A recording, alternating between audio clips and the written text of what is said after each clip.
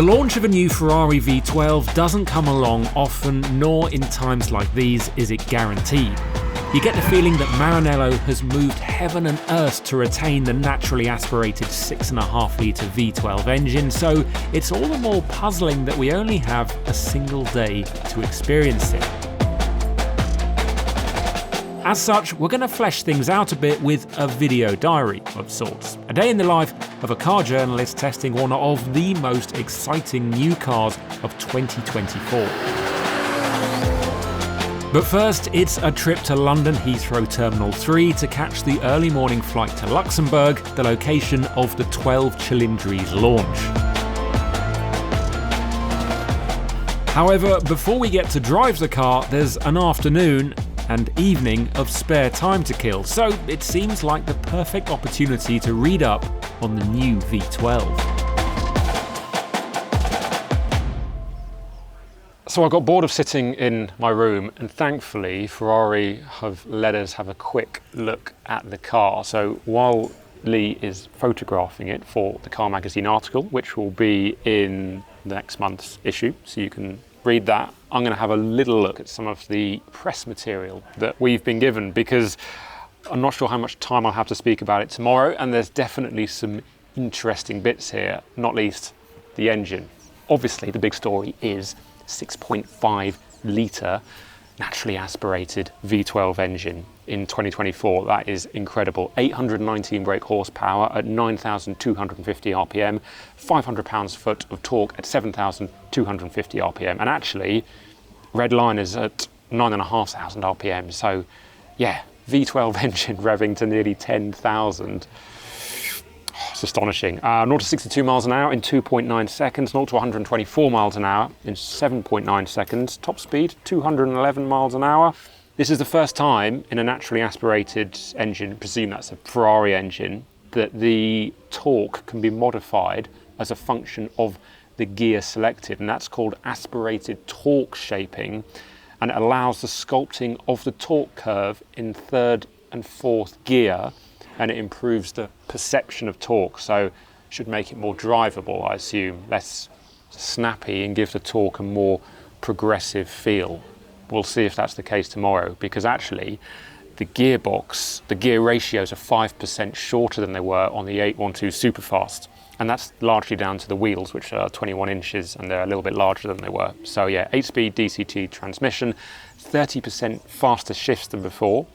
It's also got a new exhaust system, this car, which has got a particulate filter. So we know what that's done to cars like the Audi R8, the V10. It's made it a little bit quieter. Hopefully it's not going to have affected the sound too much in this, because that's one of the big selling points. Aerodynamics, there's the flaps on the rear spoiler. They're active aero. They come up and go down depending on what aero mode you want. You want a low drag setting or a high downforce mode, depending on where you're driving it. Brake-by-wire system, that's been introduced, and it means that the ABS Evo and 6D sensor can be integrated, as you've got on other Ferraris, newer Ferraris, and you've also got the virtual short wheelbase 3.0 and the side slip control 8.0, lots of numbers and names, but basically means the car feels more agile. Four-wheel steer from the 812 Competizione. The weight balance is 48.4% at the front and 51.6% at the rear. The wheelbase is 20 millimeters shorter than the 812 Superfast, and also it's got a 15% increase in torsional rigidity compared with the 812 Superfast. And then the weight, actually, that's a really interesting point, 1,560 kilograms dry, which is up 35 kilograms over the 812 Superfast, but is 224 kilograms lighter than the Aston Martin Vanquish, which of course is going to be this car's biggest rival. It's a direct competition because it's also got a V12 engine and it's also a big GT cruiser. So yeah, I'm sure we'll have a twin test of those two at some point. Pricing, when this car comes on sale in early 2025, about 400,000 euros starting from, which is 340,000 pounds or about $440,000.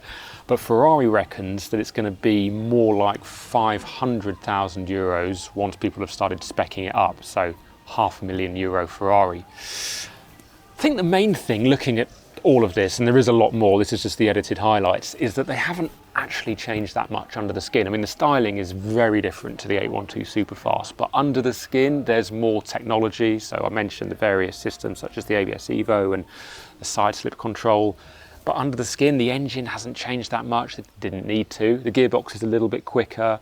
Obviously there's improved aerodynamics which comes with the exterior, and there's new bits of technology, quite a lot of new bits of technology actually on the chassis, but the base car doesn't seem too different to the 812 Superfast, and I can understand why, because just the very act of having this car in 2024 and its 5-year lifespan is impressive, because it's a naturally aspirated V12 with 819 brake horsepower. So hopefully it can carry that over with a few small improvements. And I guess we're going to find out tomorrow.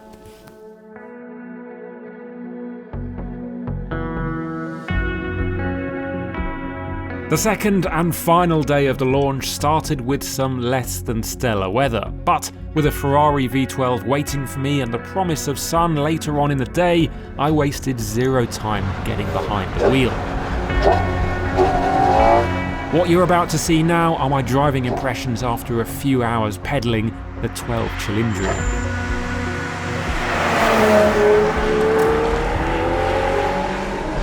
So Ferrari say that they've tried to make this feel a bit more mid-engined, and I actually think that they've pretty much succeeded with that.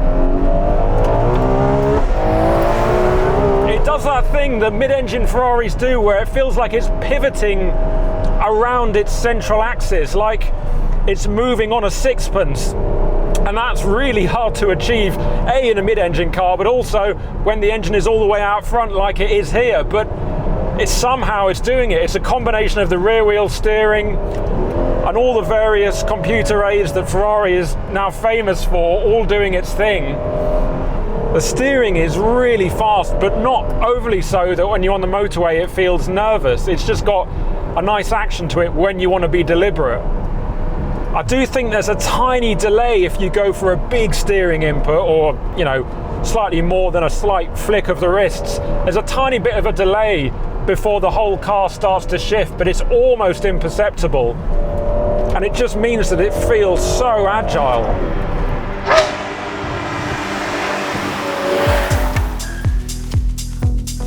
They've lowered the centre of gravity compared with the 812, but there's still the slightest feeling of mass higher up in the car under hard cornering.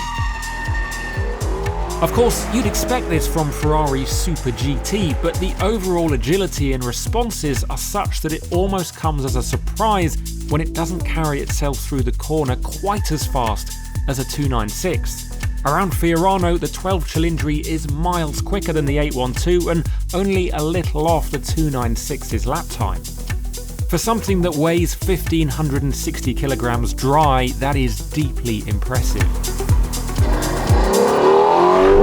Unfortunately, the steering isn't blessed with feel. I can't really remember a modern Ferrari being blessed with steering feel, but because the way it steers and the ratio with which it steers is so brilliant, you don't miss it as much as you think you would. Because it's front engine, you've got a more predictable balance than you've got with Ferrari's mid-engine cars, I think. It still needs to be respected because there's obviously a huge amount of power just going through the rear wheels, but it is more predictable. When you're approaching the limit, it'll gently go into oversteer, as we found out earlier when we did a track session in this.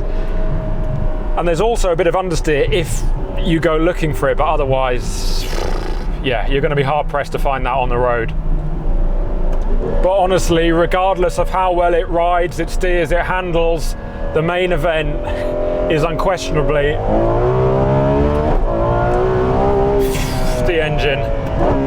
I mean, so few engines now really live up to what you hope they will be, but this is the exception. It is utterly, utterly phenomenal. The sound, the responses, the gear changes, the power.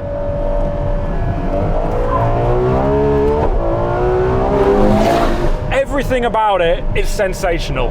I cannot think of a weak point for this engine. I mean, the sound, you can hear it now, but even when you lower the window, it still sounds incredible. And that's very unusual for an engine now. Even some of the best sounding engines aside from this, when you lower the window, you kind of feel a bit disappointed with modern cars. But this is different. It does have engine sound, authentic engine sound being piped into the cabin, but it sounds brilliant wherever you're sitting. You can be sitting 5 miles away and it still sounds incredible. You can be sitting right here, it sounds incredible. It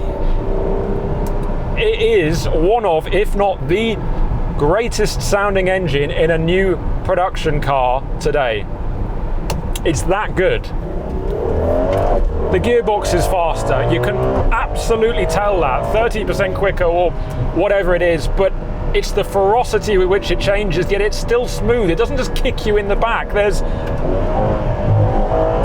a nice pop, there's a shunt, but it's gentle.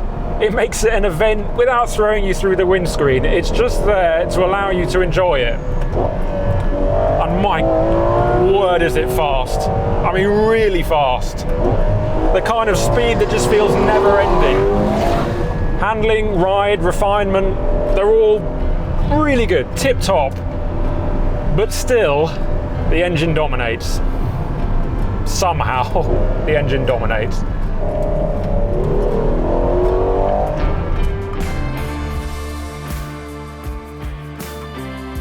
My time in the 12Cilindri was all too brief, yet it was enough to build up a clear picture of Ferrari's latest V12.